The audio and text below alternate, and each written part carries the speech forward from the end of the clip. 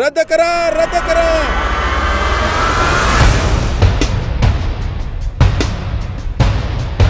बेकायदेशीरपणे हलगामध्ये बायपास करणाऱ्या सरकारचा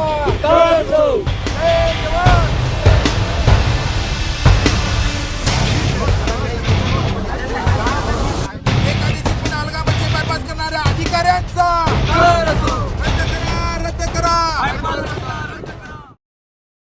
वादग्रस्त हलगा-मच्छे बायपास रस्त्याचा प्रकल्प तात्काळ रद्द करण्यात यावा या मागणीसाठी बेळगाव परिसरातील शेतकऱ्यांनी गुरुवारी पुन्हा एकदा आंदोलन छेडत सरकारचे लक्ष वेधले।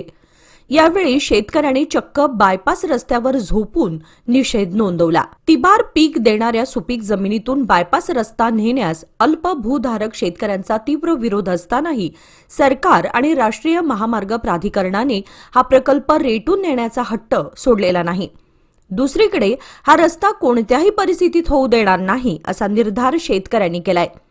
शेतकरी नेते राजू मर्वे आणि प्रकाश नायक यांच्या नेतृत्वाखाली रद्द करा हलगा-मच्छे बायपास रद्द करा अशा घोषणांनी परिसर दणाणून गेला। रद्द करा, रद्द करा, रद्द करा। हलगा-मच्छे बायपास करणाऱ्या सरकारचा बेकायदेशीरपणे हलगा-मच्छे बायपास करणाऱ्या अधिकाऱ्यांचा बेकायदेशीरपणे केला जाणारा हलगा-मच्छे बायपास संदर्भात आम्ही गेल्या 2009 पासून आजपर्यंत प्रामाणिकपणे, कारण हा बायपास बेकायदेशीरच आहे आणि हा बायपास रद्द करावा म्हणून आम्ही लढतो आहोत, आजपर्यंत लढतो आहोत।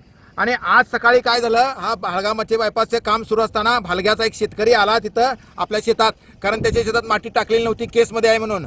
पण त्याच्या केसमध्ये असताना सुद्धा त्यांनी काय केलेत, सकाळी माती सपाटीकरण करायला चालू केल्यानंतर आमचा शेतकरी त्या कॉन्ट्रॅक्टरच्या अंगावर गेला। त्यांचे काय झालं, त्या शेतकरी अंगावर गेल्यानंतर तवगे त्यांचे 7-8 जण आले आणि त्या शेतकऱ्याच्या अंगावर गेले आणि त्याला जखमी केलं, त्याचा मोबाईल फोडले। पण हे हलगा-मच्छे बायपास बेकायदेशीर आहे हा आजपर्यंत माननीय न्यायालयाने सुद्धा सिद्ध करून सुद्धा माननीय डीसी साहेबांनी सुद्धा सांगितलेलं आहे हा हलगा-मच्छे बायपास इनलिगल आहे। आणि याच्या संदर्भात कारण आम्ही परवाच आंदोलनामध्ये डीसी साहेबांच्याकडे वर्क ऑर्डर मागितली, कारण ती वर्क ऑर्डरच खोटी आहे। NH4A यापासून रुंदीकरण करा म्हणून असा वर्क ऑर्डर आहे, पण हा हलगा-मच्छे बायपास इथे नाही आहे।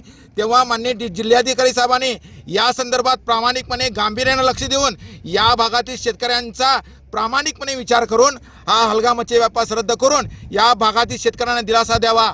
अन्यथा डीसी साहेबांनी परवा काय म्हटलंय, आमच्या माननीय वकील साहेब आले होते, गोकाकर साहेब, त्यांच्यासोबत त्यांनी मास करतो आणि सांगतो 2 दिवस सांगितले। आम्ही 8 दिवसानंतर सुद्धा तिथं गेल्यानंतर आणि साहेबांनी सांगितले माझ्यावर तुम्ही दबाव आणू नका, पण दबाव नाही आणण्याचे मला प्रामाणिकपणे काम करू द्या त्यांनी म्हटलेलं आहे। तेव्हा प्रामाणिकपणे साहेब काम करा, पण या भागातील शेतकऱ्यांना हे बेकायदेशीर आहे हे सिद्ध करून दाखवा आणि हा बायपास रद्द करा, तेव्हाच आम्ही तुम्ही आमच्या बरोबर आहात असं आम्हाला मान्य होईल। सकाळी सुरू असलेल्या रस्त्याच्या कामाबाबत जाब विचारण्यासाठी गेलेले शेतकरी सुरेश मर्याक्काचे यांनी कंत्राटदाराकडे धाव घेतली। यावेळी शेतकरी सुरेश व कंत्राटदार यांच्यात जोरदार वाद झाला। वाद विकोपाला गेल्यानंतर काही कंत्राटदारांनी मिळून एका शेतकऱ्यावर हल्ला केला। या हल्ल्यामध्ये संबंधित शेतकऱ्याचा मोबाईल फोन फोडण्यात आला असून त्याला शारीरिक दुखापत झाली आहे। जखमी शेतकऱ्याला तात्काळ रुग्णालयात दाखल करण्यात आलं असून त्याच्यावर उपचार सुरू आहेत।